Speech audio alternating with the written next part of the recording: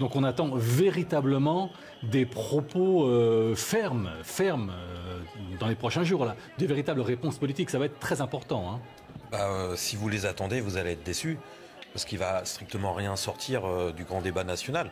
En tout cas, ce qui est en train de sortir, et ce qui est sorti il n'y a pas si longtemps que ça, c'est par exemple la loi Pacte, qui a été votée, qui est une loi qui distribue un certain nombre de cadeaux à la fois aux grandes entreprises. Je vous interromps, pardon Jean-Pierre, merci. Oui, je disais qu'il fallait strictement rien attendre des propositions qui vont sortir du grand débat. En tout cas, ce qui sort déjà, c'est la loi Pacte, donc je le redis, qui est c'est une addition d'un certain nombre de mesures qui sont en faveur à la fois des grandes entreprises et puis des PME. Pour les grandes entreprises, c'est par exemple pour les salariés de la grande distribution. Donc derrière, il y a la famille Muliez, il y a les actionnaires de Carrefour qui vont bénéficier tous ces actionnaires vont bénéficier d'un changement de la loi où l'amplitude nocturne pour les salariés va être réduite et donc du coup c'est une attaque directe contre les salaires des travailleurs qui travaillent la nuit, ils seront moins payés. Donc on voit bien que une des questions fondamentales pour lesquelles le mouvement des Gilets jaunes a démarré, ça a été le pouvoir d'achat, c'est-à-dire l'augmentation des salaires, l'augmentation des pensions de retraite.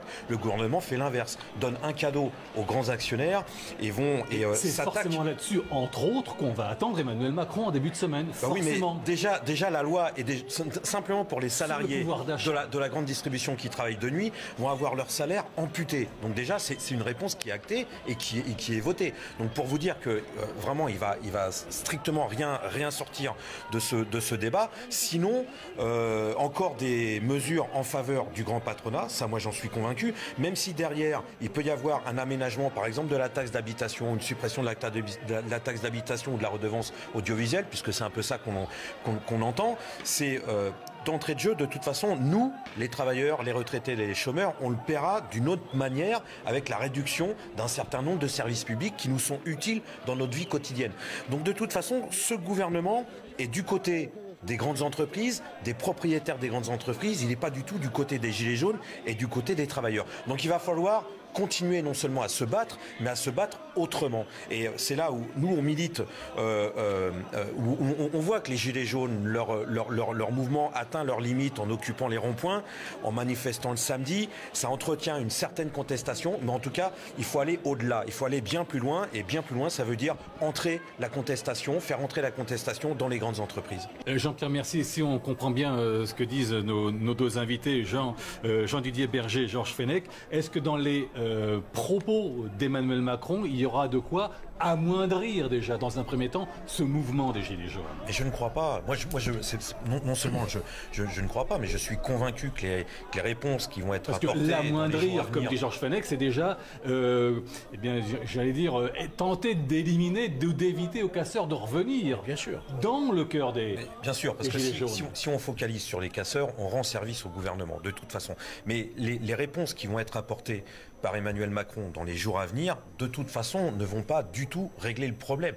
Pour régler le problème par rapport au pouvoir d'achat, il faudrait augmenter les salaires et augmenter les pensions de retraite. Et pour ça, il faut s'attaquer au profit des grandes entreprises. Sinon, on ne peut pas y arriver. Et pas simplement augmenter les salaires et augmenter les pensions de retraite, mais faire en sorte que les salaires et les pensions de retraite augmentent en même temps que l'augmentation des prix. Là, vous savez tous que au 1er juillet, les tarifs d'EDF vont augmenter de 6%. Une entreprise qui a fait pourtant 2,5 milliards de bénéfices en 2018. Comment nos salaires peuvent suivre l'inflation? Il faut qu'on impose un système pour que nos salaires suivent l'inflation, suivent la véritable inflation. Mais là, l'Assemblée nationale vient de voter le projet de privatisation de la Française des Jeux et puis d'ADP. En gros, ce gouvernement fait comme tous les autres gouvernements précédents, c'est-à-dire qu'il privatise les profits et il peut nationaliser les dettes des grandes entreprises. Ça veut dire que tout cet argent qui devait atterrir dans les caisses de l'État va atterrir dans les poches de capitalistes bien privés, qui sont bien gras, c'est Vinci et compagnie, qui n'ont absolument pas du tout besoin de faire encore plus d'argent, qui sont richissimes à milliards. Ça veut dire que toute la politique de l'État consiste à protéger des intérêts privés de grands capitalistes, de milliardaires, et pour ça, il va falloir qu'ils fassent les poches des travailleurs, des chômeurs et des retraités. Donc on n'aura de cesse que de continuer à se mobiliser, continuer à descendre dans la rue, et qu'il va falloir qu'on fasse grève dans les grandes entreprises, parce que c'est là le cœur de la société. Il est toujours sur la même ligne, donc mais comme vous, c'est appréciable. C'est appréciable. Et moi, ce que je constate, c'est que surtout, on a d'autres marges de manœuvre pour faire en sorte d'augmenter le pouvoir d'achat de nos concitoyens. C'est notamment de baisser le niveau des prélèvements obligatoires dans notre pays, puisque nous sommes à 20% de plus d'impôts que la moyenne européenne. On a des questions concrètes à se poser, et ça n'est pas simplement en augmentant les salaires, parce que si vous augmentez les salaires mais que parallèlement les prix augmentent encore plus vite, on n'y arrivera pas. Bien d'accord. De faire en sorte de retrouver il faut que les salaires augmentent en fonction des prix. C'est pas forcément que les salaires augmentent en brut, mais c'est qu'éventuellement ils augmentent en net en faisant baisser les charges qui pèsent sur les salaires, et de faire qu'ensuite, parce que c'est bien d'avoir du salaire qui augmente, mais si c'est pour le redonner en impôts, on ne va pas s'en sortir. Regardez ces images de Toulouse. On voyait sur les images donc d'Ulysse Caillou des flammes, voilà, déjà des dégradations. Il n'est même pas 13h30, on le disait avec Georges Fenech. Jean-Pierre Mercier, est-ce que ça décrédibilise le mouvement encore un peu plus, ces casses? En tout cas, c'est ce que cherche le gouvernement. C'est ce que cherche le gouvernement. C'est pas le gouvernement qui est dans la rue, là. Non, c'est pas le gouvernement qui est dans la rue, mais c'est comme toujours. Vous avez 3 poubelles qui sont en flammes. Ça y est, ça fait des belles images. Il est évident que les Black Blocs, ce ne sont pas les gilets jaunes. Voilà, ça, on le dit tout le temps. Et les méthodes des Black Blocs, en tout cas, c'est pas les méthodes que moi je défends. Que je défends un autre militantisme. C'est le militantisme du nombre, c'est le militantisme de la conscience des travailleurs, c'est le militantisme où il faut absolument s'attaquer aux vrais responsables de cette société, c'est-à-dire les capitalistes des grandes entreprises, et c'est pas des poubelles ou des vitrines qui vont faire peur au gouvernement ou qui vont faire peur aux grands actionnaires des grandes entreprises. Maintenant, encore une fois, vous savez, si on s'arrête à ces images-là, on comprend rien à la situation. Ce qu'il y a dans le pays, il y a vraiment une colère sociale dans le pays, parce que le monde du travail, les chômeurs et les retraités subissent une violence sociale qui est bien plus grande que 3 feux de poubelle. C'est la violence des licenciements, c'est la violence de les futurs projets du gouvernement. On entend parler de repousser l'âge de la retraite de 62 à 65 ans. Ça veut dire quoi, ça? Ça veut dire qu'on va travailler encore plus longtemps, ça veut dire qu'on va prendre la place des jeunes dans les entreprises. Les jeunes ne pourront pas se faire embaucher parce qu'il y aura encore des anciens qui resteront au travail. Ça veut dire qu'éventuellement on travaillerait autant que nos voisins européens. Mais vous comprenez bien comment vous pouvez travailler à 65 ans sur chaîne, comment vous pouvez travailler à 65 ans derrière comme caissière de supermarché, comme infirmière. Eh ben c'est pas une solution.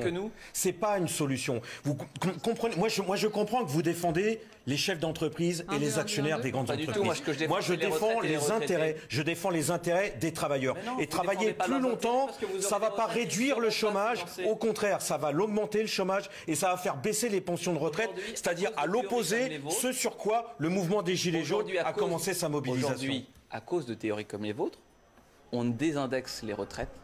Aujourd'hui, à cause de théories comme les vôtres, on augmente la CSG sur les petits retraités, sur les grands retraités. Donc, il y a un moment donné, moi je revendique l'abolition de la CSG. Ce que je revendique, c'est l'abolition des impôts sur les travailleurs et que les riches en payent bien plus. Quand vous avez à un moment donné de plus en plus de retraités et pas plus d'actifs, comment est-ce que vous faites pour financer les retraites? Les retraites, elles sont financées par ceux qui travaillent. Donc, à un moment donné, il faut que vous soyez cohérent avec vous-même. Si vous voulez pas supprimez l'ISF, que les cotisations soient augmentées, quand vous aménagez la taxe flash, quand vous supprimez les impôts pour les riches, vous avez un problème de recettes pour l'État. Vous ne défendez pas bien les salariés. C'est ça la vérité. Je ne défends pas bien les salariés. Oui, à cause de théories comme les vôtres, leurs cotisations augmentent. À cause de théories comme les vôtres, les retraités qui ont cotisé ont de moins en moins de retraite. Vous savez que c'est les chefs d'entreprise qui payent de moins en moins d'impôts, et nous, les salariés, qui en payons plus. Soit vous allez devoir cotiser plus. Et moi, en tant que moi, je demande que ça soit les patrons et les riches qui payent. Voilà. Je demande que ça soit les patrons et les riches qui payent. Bernard Arnault, parce que c'est connu, c'est le mode de fonctionnement. Bernard Arnault vient de voir sa fortune augmenter de 10 milliards d'euros en un seul mois. Bernard Arnault, une personne en France. Qu'est-ce que ça a à voir avec les retraites? Mais pourquoi on ne le taxe pas? Pourquoi on le taxe pas? Pourquoi ces gens-là, on les taxe pas? Est-ce que vous savez comment? Pourquoi vous refusez de taxer les riches? D'abord, je ne suis pas au gouvernement, je ne suis pas dans le parti majoritaire. Vous le défendez bien en tout cas. Donc, non, simplement, moi je défends ce qu'il faut faire, parce que je pense que ce gouvernement n'aura pas le courage de le faire. Et d'ailleurs, ils sont déjà en train de rétro-pédaler comme vous voulez casser les 35 heures. Vous voulez augmenter l'âge de la retraite, du départ de l'âge de la retraite. C'est-à-dire, vous êtes à l'encontre des gilets jaunes et à l'encontre du monde du travail. Je ne suis pas étonné. Oui, je suis. Mais au moins, assumez cette position que vous défendez les intérêts des actionnaires des grandes entreprises. Je suis pour les idées que je défends. Voilà. Et vous aussi, et si vos idées étaient majoritaires dans le pays, ça se saurait et ça éviterait que vous ayez des scores microscopiques lorsque vous vous présentez aux élections. Moi, je défends des idées, je fais en sorte de convaincre un maximum de mes concitoyens. Vous savez, quand le monde du travail refera un mai 68 ou un juin 36, on sera majoritaire, mais d'une autre façon. On sera majoritaire dans la rue, en occupant les usines. Et ça, je peux vous dire qu'on sera majoritaire d'une bien autre façon. Mais c'est évidemment une loi. Est-ce que vous partagez l'avis de certains gilets jaunes qui la jugent liberticide? Bien sûr, bien sûr. Elle est complètement liberticide. On voit après chaque épisode de mouvement social, les gouvernements en place sortir un nouvel arsenal juridique pour essayer de contenir et d'empêcher les manifestations. Mais face aux violences que vous venez de voir là avec nous, c'est pas utile? D'abord, vous voyez que non, ça n'empêche pas les gilets jaunes de manifester, tant mieux. Et puis deux, c'est pas ça la solution. C'est pas en empêchant de manifester les gens que vous allez empêcher la colère sociale. C'est pas, vous savez, le thermomètre social. Il y a de la colère qui s'exprime et qui s'exprime aujourd'hui à travers le mouvement des Gilets jaunes. Demain, elle s'exprimera par un autre biais. Moi, j'espère qu'elle s'exprimera par des grèves dans les entreprises et surtout dans les très grandes entreprises, parce que c'est là où le monde du travail pourra être le plus efficace pour peser sur les décisions du pouvoir politique, mais aussi peser sur les décisions des actionnaires des grandes entreprises. Parce que il faut quand même pas oublier que cette société, elle fonctionne par le biais de travail de millions de salariés, et elle est là notre force. Il est là notre pouvoir d'imposer nos conditions pour une vie meilleure, c'est-à-dire surtout pas pour travailler plus longtemps, surtout pas pour travailler plus longtemps en ayant cassé les 35 heures, en partant plus tard à la retraite, en voyant nos salaires qui sont bloqués ou voire attaqués, comme ça va être le cas dans la grande distribution. Ces gouvernements qui se sont succédés s'attaquent aux intérêts du monde du travail, c'est pas étonnant. Ils défendent les intérêts des milliardaires, ils défendent les intérêts des riches et de cette bourgeoisie qui est opulente ou qui se gave à milliards sur le dos de la société. C'est pas étonnant qu'on ait de la colère sociale. Gérard Larcher dit que Emmanuel Macron n'aura pas droit à une seconde chance et il dit que le président va devoir annoncer des chantiers sur le court terme. Il faudra des réponses qui ne pourront pas être uniquement cosmétiques ou purement institutionnelles. Vous voyez bien qu'on attend des réponses politiques de toutes parts. Bien sûr, puisque vous savez, les Gilets jaunes, une de leurs revendications qui serait extrêmement facile pour le gouvernement à appliquer, c'est le retour de l'ISF. C'est de commencer à refaire payer les riches. Voilà. Ça, le gouvernement, visiblement, ne veut absolument que tout le monde dit que c'est une mesure symbolique. Et c'est vrai que c'est symbolique. C'est quoi? C'est 3-4 milliards. Pour eux, c'est pas grand-chose. Quand vous avez Bernard Arnault qui vient de se faire 10 milliards en un seul mois, très franchement, rapporter ça à l'ISF, c'est quand même très symbolique. Parce que tous ces grands patrons, et c'est essentiellement les grands patrons des grandes entreprises qui captent le CICE, c'est 30, c'est 40 milliards. 40 milliards d'argent public qui se déversent dans les entreprises privées, qui continuent à licencier, qui continuent à bloquer les salaires, qui continuent à supprimer des emplois, qui continuent au nom de la rentabilité et de la compétitivité pour faire encore plus de profit, continuent à faire exploser les charges de travail sur chacun des salariés de leur entreprise. Donc cette colère sociale que vous avez bien décrite et qui ne s'arrête pas, elle ne s'arrêtera de toute façon pas, parce qu'en face, au-delà du grand débat et des propositions qui vont être faites, des mesures qui vont être annoncées par Emmanuel Macron, il y a derrière tout l'arsenal dont j'ai évoqué quelques-unes. Vous savez, quand vous attaquez au salaire de nuit d'un travailleur de la grande distribution, c'est quoi? C'est 1 300 €, 1 400 € que le gars il gagne.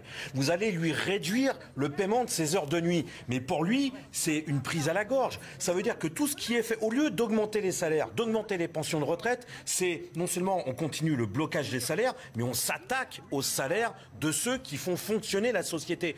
Donc c'est une évidence que la mobilisation, la contestation va continuer.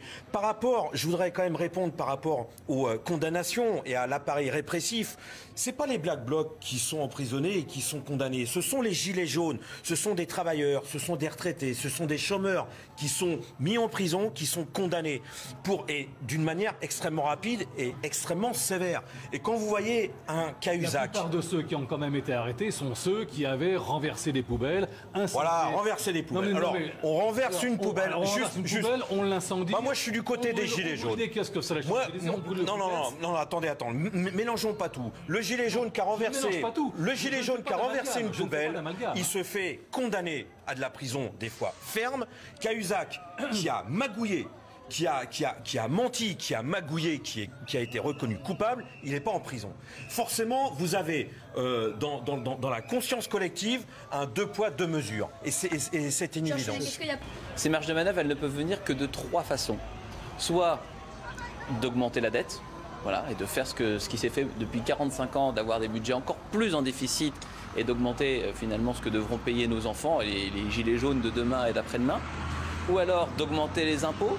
Et là, effectivement, les Français sont toujours... Pour les impôts des Non, mais vous savez, les Français sont toujours pour augmenter les impôts des autres. Et donc là, on voit bien que vous êtes Français. Des milliardaires. Vous dites des riches. Vous dites 70-80%. Bernard Arnault, la famille Peugeot, la famille Nuez, les Bolloré. Ne les concerne pas. C'est capitaliste. Mais il y a une troisième façon. Vous parlez d'ultra riches, vous parlez milliardaires. Oui, d'ultra riches. Il faut quand même qu'ils mettent la main à la poche. Mais à part augmenter la dette. Ultra riches, des milliardaires.